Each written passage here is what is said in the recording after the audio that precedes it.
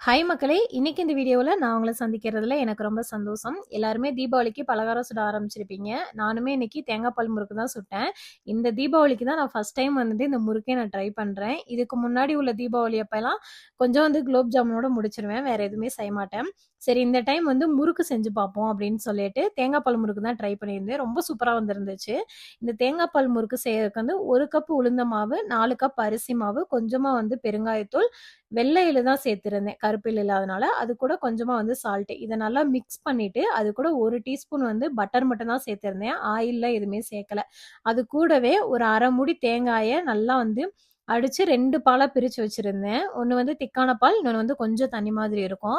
First வந்து அந்த திக்கான பால் ஊத்தி நல்லா மிக்ஸ் பண்ணிட்டு, செகண்ட் வந்து கொஞ்சம் கொஞ்சமா அந்த செகண்டா உள்ள பால் வந்து மிக்ஸ் பண்ணி எடுத்துக்கிட்டேன்.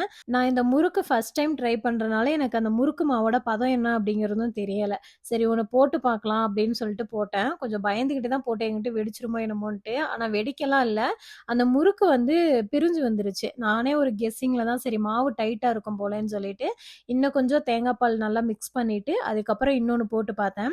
ஆனா அது வந்து பிரியாம ரொம்ப சூப்பரா வந்திருந்துச்சு. அதுலேருந்து எல்லா மாவையும் வந்து ஃபுல்லா போட்டு எடுத்தாச்சு. நான் போட போட என் சின்ன பையன் என்கிட்ட எடுத்து எடுத்து சாப்பிட்டுட்டு இருந்தான்.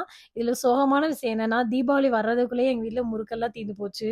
இந்த வீடியோ உங்களுக்கு பிடிச்சிருந்துச்சு அப்படின்னா, மறக்காம இந்த வீடியோக்கு ஒரு லைக் குடுத்துட்டு, என்னோட சேனலையும் சப்ஸ்கிரைப் பண்ணி வச்சுக்கோங்க. நம்ம நெக்ஸ்ட் ஒரு வீடியோல சந்திக்கலாம்.